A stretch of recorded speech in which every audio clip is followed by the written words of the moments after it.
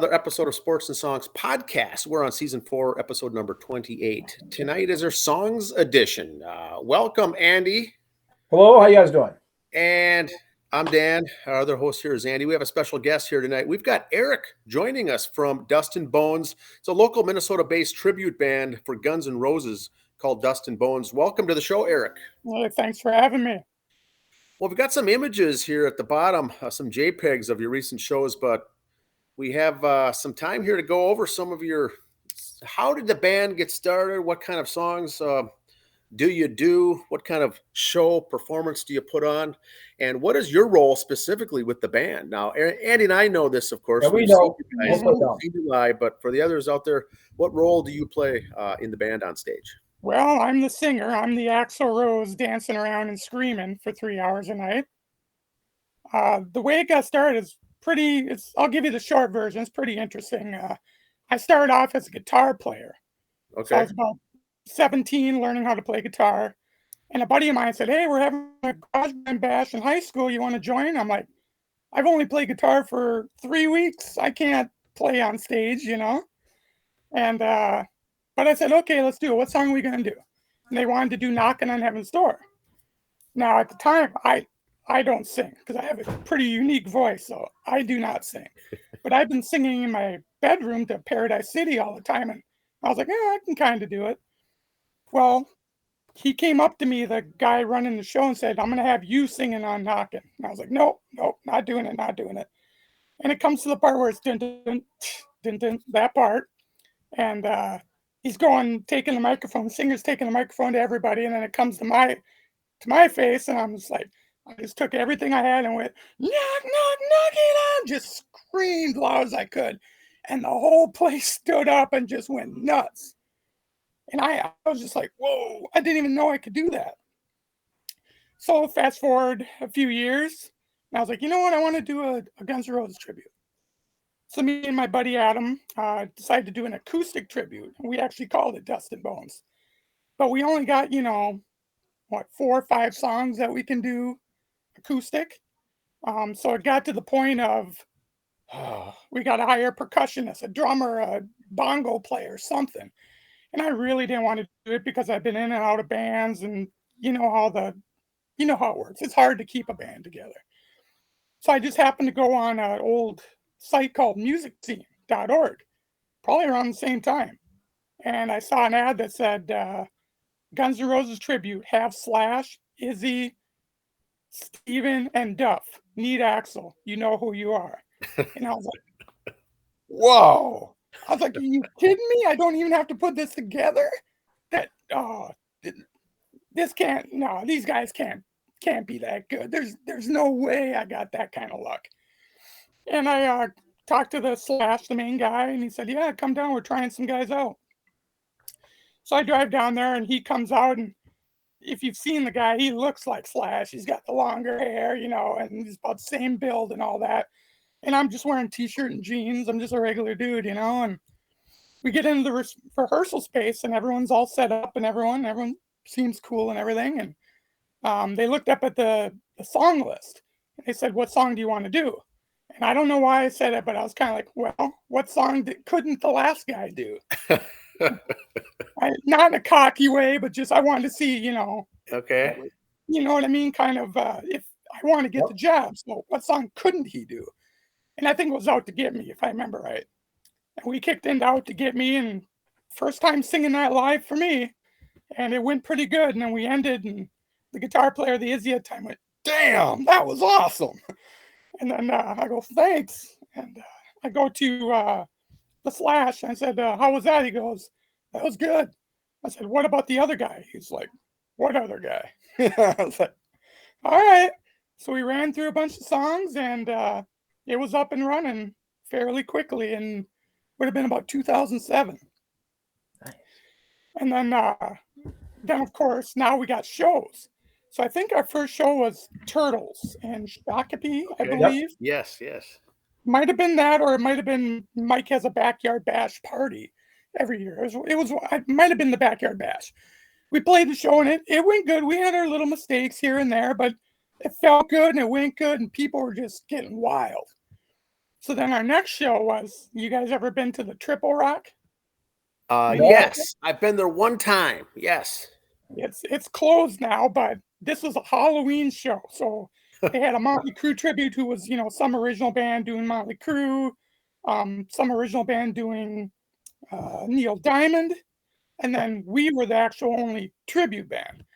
And people are telling me that the Rock gets wild, things get thrown.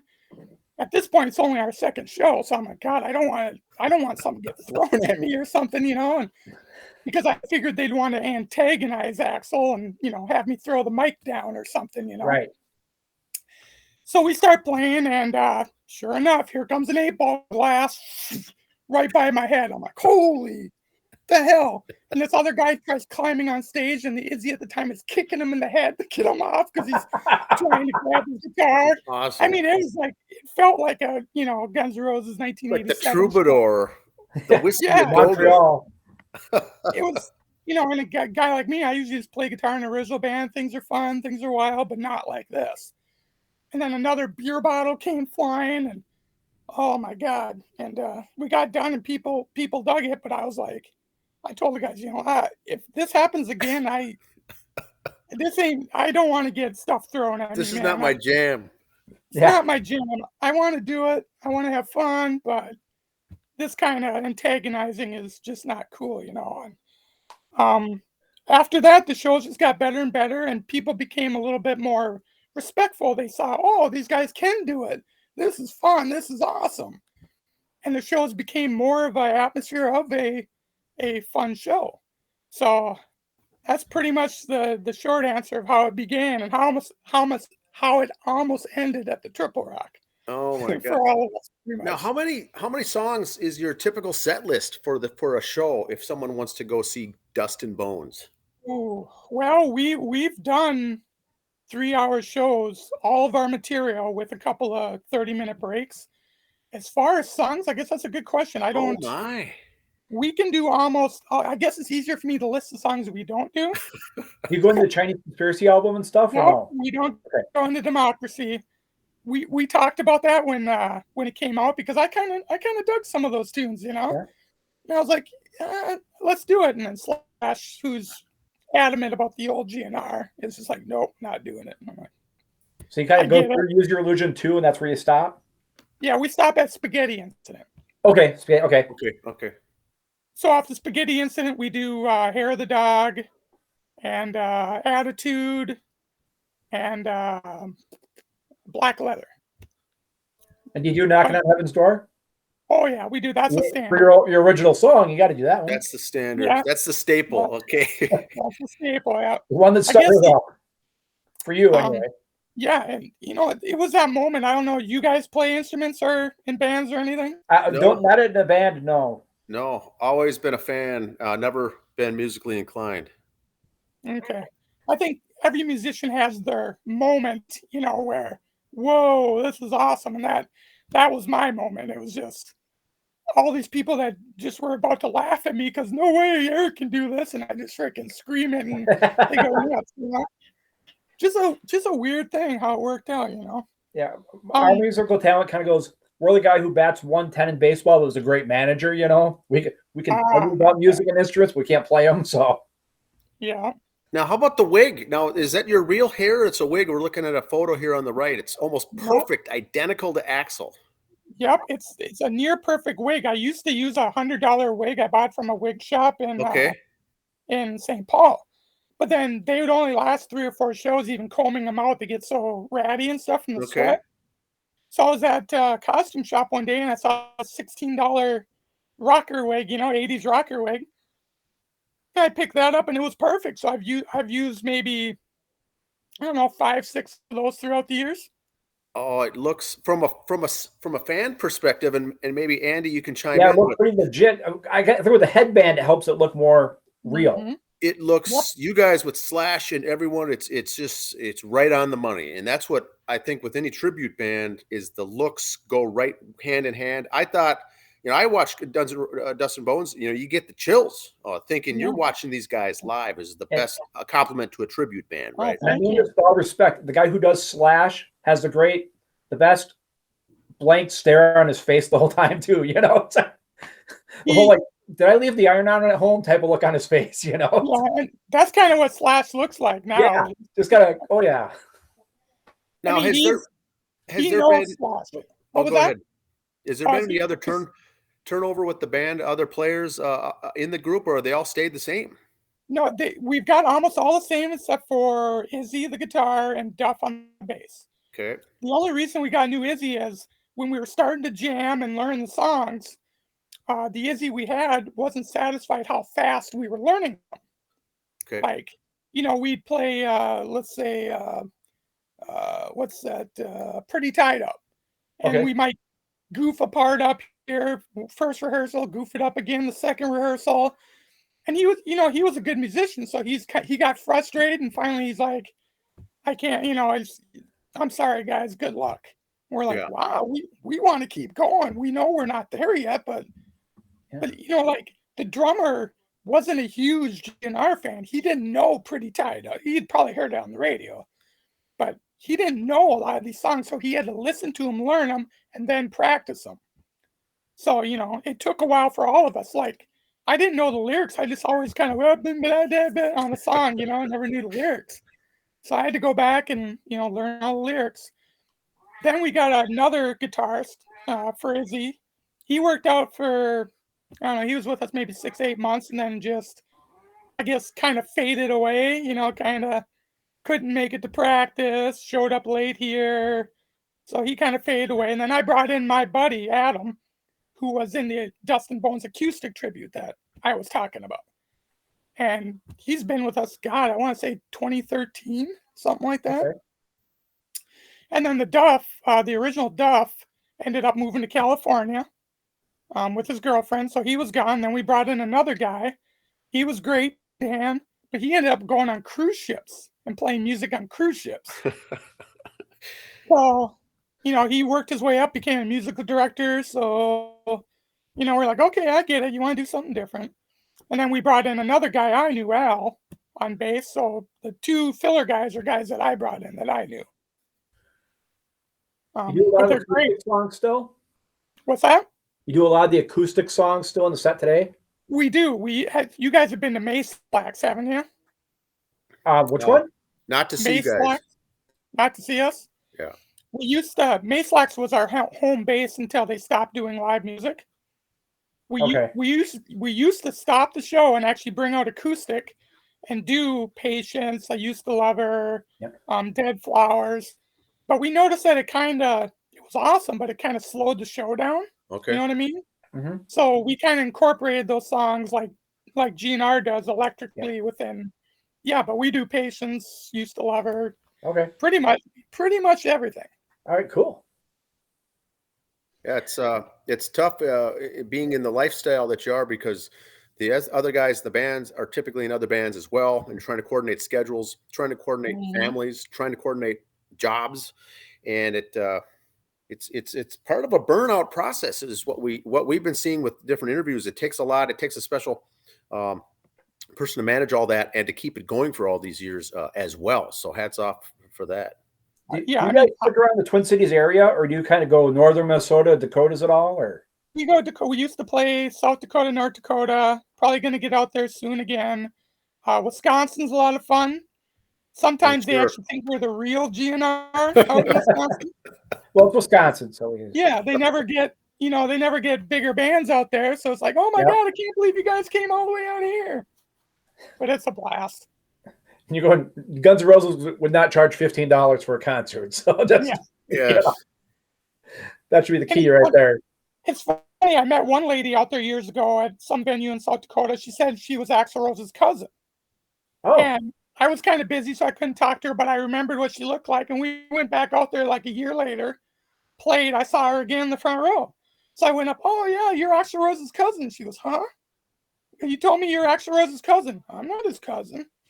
Did you just make that up, or what's Have you ever heard any comment back from the band at all? Comment back from Guns N' Roses? Any feedback or word from them at all? No, but ironically, I worked in my original band. It's called Pilla. Used to be a bar called Station 4, a nightclub in St. Paul. Okay. The sound man there ended up working for Guns N' Roses as a monitor B man. Axl has 2 monitor men, A and B, and because he fires one, Yep. And I actually got to work with one of Guns N' Roses monitor guys years ago. It's kind of neat. All right. But no, we've luckily never heard from Guns N' Roses camp at all. All right. Well, that's good. I mean, I'd be kind of curious if you ever heard. We've had the guys on, and they've bumped into them, and like the guys from Def Legend, they've bumped into the guys from Def Leppard, and like on the street, it was okay, but nothing real like formal. But I didn't know if maybe some odd situation somewhere ran into another member. Slash ran into Slash a couple times when he came for like book signings and stuff. Okay. So he's got a couple pictures with him. All right. As far as the other guys, no, I don't think any other of us have ran into actual GNL members. Okay. Any hopes you'd want to? What would you do if you ran into Axl Rose? What would you say? Oh my God. I'd probably say, hey man, I hope you're not pissed, but I'm a tribute singer to you, man. Yeah. That'd either go good or go bad, I don't know which way. Just stay arm's length away in case he gets swinging or something, Yeah. Well, you never know. He's calmed down throughout the years, I guess. Yeah, age has caught up to him a little bit, so yeah. Mm-hmm. Now, how many for the other listeners out here, Eric? How many other Guns N' Roses tribute bands are active in the Twin Cities area? Is it a common tribute band, or is it pretty rare to cover all those songs?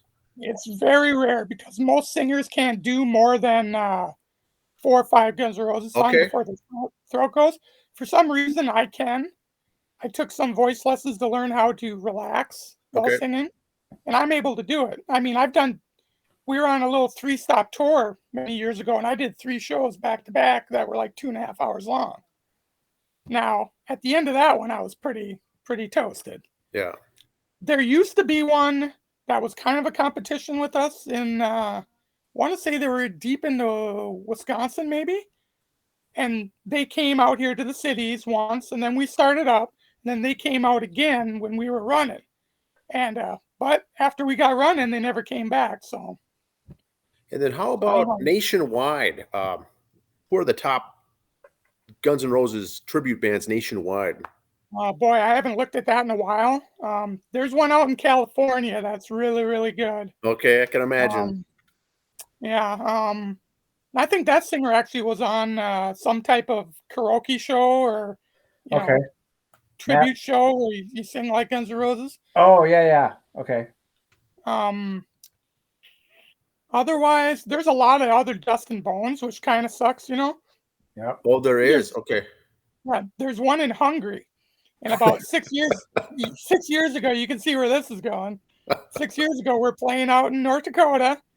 And I go to the bathroom, guy comes out, oh, you guys are awesome. Hey, thanks, man. I can't believe you came all the way from Hungary. Like, oh, boy. Oh, Lord. No, not quite. Yeah, it's like, we don't look nothing like them, but. Now, how about the name of the band? Dustin Bones comes from Use Your Illusion #1. Is that just a favorite song, or is it because it's got the and the apostrophe ties nicely in with Guns N' Roses? I think that's the reason I didn't choose that name for this band. The Slash did. Okay. I chose Dustin Bones for my acoustic tribute because it seemed like stripped down Dustin Bones, like right, acoustic tribute type thing. Sure. But yeah, he told me, I go, what's the band called? Dustin Bones. I'm like, well, I've got one called Dustin Bones, but I guess, this one's going to be bigger than that one. So. Other 80s bands are you 80s metal, hard rock? Is that your only music genre you like? Do you like dip into other stuff too you enjoy? Yeah. I mean, I don't know, sadly, but hair metal is kind of my thing, That's us, but that's us too. We noticed your T-shirt right away. Mm-hmm. Oh yeah, the Cinderella. I'm hoping to see Tom Kiefer here. He's coming to town pretty soon. We're going to Medina to see him at LA Guns in a few weeks. Yeah, I've got a show with my original band that night, so I can't miss that one. Yeah, I'm looking forward to seeing you said hi. Seeing Mr. Kiefer. We'll tell him you said hi. I know. Well, speaking of that, I saw Firehouse like 10 years ago or something, and we had all been drinking a little bit, and we went up to the meet and greet line, and I told my buddy, tell the singer that I challenged him to a scream off. My buddy's like, what's a scream off? This is where we just go, yeah, like loud. And he goes, "Hey, my buddy challenged you to a scream off," and he kind of looks at me, and then I just scream, like, and he just kind of looks at me and goes, "Cool, man." That was all. That's at the Firehouse show. That Firehouse show years ago, yeah.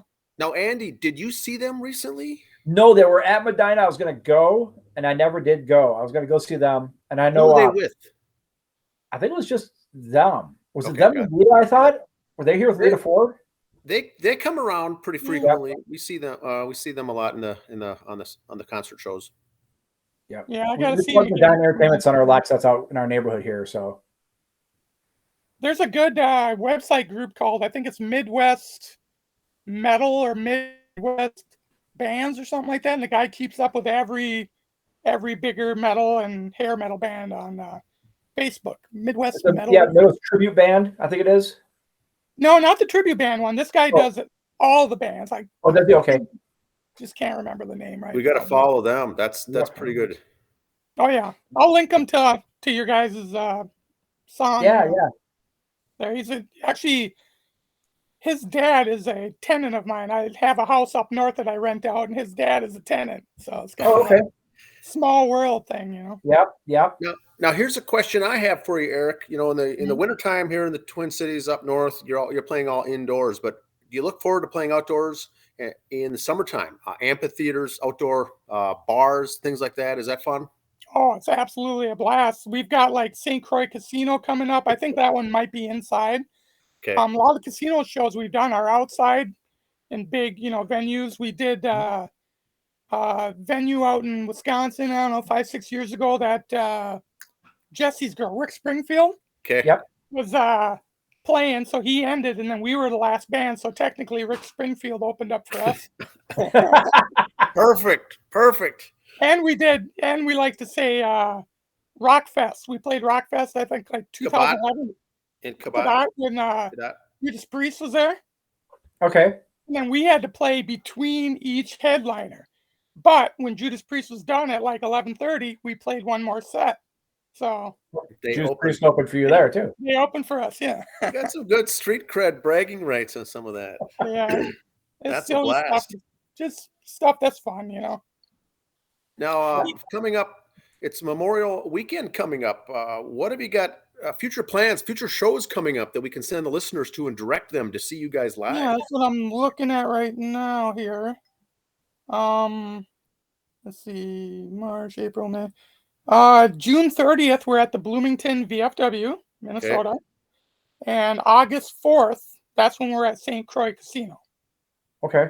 And then we got a few more after that. And, people can go to the Dust in Bones GNR Facebook and follow us on there for the rest of them. But like Bald Man Brewing is coming up. Bogarts, haven't been there in a while. Yep. And then the day before Thanksgiving is the Shakopee Bowl. Okay. Now that's a good venue, and Thanksgiving Eve has always been traditionally a great night at any venue to listen to live music or to be in any bar anyway. It's great. So it's always fun to get shows like that. They've done a big remodeling. It's a great place to see for fans and also to play. A great venue for music in an intimate, smaller setting there. The Shakopee Bowl is a great place. If you ever play on the West Metro, Medina Entertainment Center, a lot of we saw a hairball up there a while ago, and it's a good center to go. We played out there at the Tom Petty tribute. I had Remy Maxwell from Rockin' 101 come up and do Brownstone with me. Remy Maxwell, one of my favorite of all time DJs from New Orleans. He is an awesome dude. The first time I talked to him, he was so respectful and nice. He was just like super nice. Hey, if it's okay, can I come up? I'm like, hell yeah, you can come up. Yeah, you can. And can I have you come up? Now, can you come up? Is what you want to say to him, Yeah, exactly. Bald Man Brewing, that's in Eagan, right? Yep. Right off 13. That'll be a fun one too. But Shakopee Bowl, that's VFW Bloomington coming up. That should be awesome. Anything to plug? You said no, the Facebook page or the website. As far as way to get a hold of you, email addresses, things like that, they get in touch with you. Our website is down. I think they're looking for a new server host or whatever it is. Okay. So we're only available on Facebook. Dust in Bones GNR is the Facebook, or you just Google Dust in Bones Minnesota, and we'll pop up there. You can follow us, get on the Facebook. All of us have Facebooks and that stuff. Anything? Oh, we got hoodies and T-shirts. If you're interested in those, they can contact through the Facebook and get those. As far as other shows, like I said, my original band Pilla's getting back together. Oh, sure. Okay. Had an album we put out in 2008, guitar rock, Buck Cherry-ish, little. Oh, yes. Okay. Yeah, just high energy rock. And how's it spelled? How's it spelled? Pilla. Got it.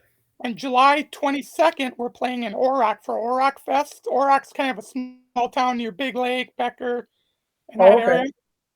That place is off the hook. They get wild out there. And then I thought I'd show you this to you guys. We used to have Pilla energy drinks. That is excellent. Classic. I thought it was cool. Yeah, I think it's the last one that's not open. So the energy drink for Pilla. I like it. For a rock show. Just what you need. Because I'm the guitar player in that, and the lead singer is just bouncing off the walls. He's just a madman, and it's awesome. And that's all original music on that one? Yep, that's all original. And we will be doing covers. We'll do some GNR tunes at our Rock Fest. Everyone expects it, but we got original music. Find on Facebook and Spotify, iTunes, all that stuff. All That's right. excellent. Andy, any other questions for Mr. Erick? No, just I said, we saw your show last year, like I said, at Trip Fest. I had a great time. I thought you guys did an awesome job. I've heard Legacy of the Loud, they do a couple GNR songs. I thought, okay, let's see how this guy holds up all night long. And you did it, brother. You held on. That was great. That's what everyone says. Like, how can you do that all night? Just practice, learning how to sing correctly, and some luck and taking care of your voice, of course. Yeah. My normal voice sounds like I'm packing on a frog, but for some reason I can make it through. Get those notes. That's all right, though. That's you. It's tough to get those. And once again, as a fan, it's fun to watch and listen to that because it's just it's so awesome. Well, that's the thing, is that we enjoy it. So I tell all the young bands, like, how do you get the crowd into it? How come they're so wild? It's because we all enjoy it, and that's coming through. If you stand up there and you're just pissed off about some bill you had to pay or something, that comes through too. So you give excitement, and you'll get getting in character. Yep. Mm-hmm. Yeah, at the end of some shows, I yell into the microphone, "Thanks to the lame ass security, I'm going home." Well, that's what's fun. I mean, it's your mannerisms and the swagger. Everything is right there. So it's so fun. So I recommend listeners out there get to see these guys on stage, see them live. Dust and Bones, everybody. Good group. Thank you, man. Thanks, Erick. Yeah, thanks for your time, Erick. This is good. We'll get this out there, and hopefully we'll see you guys again then in the near future. All right. Thanks, guys. Yep. All right. Thanks for your time. All right. Bye.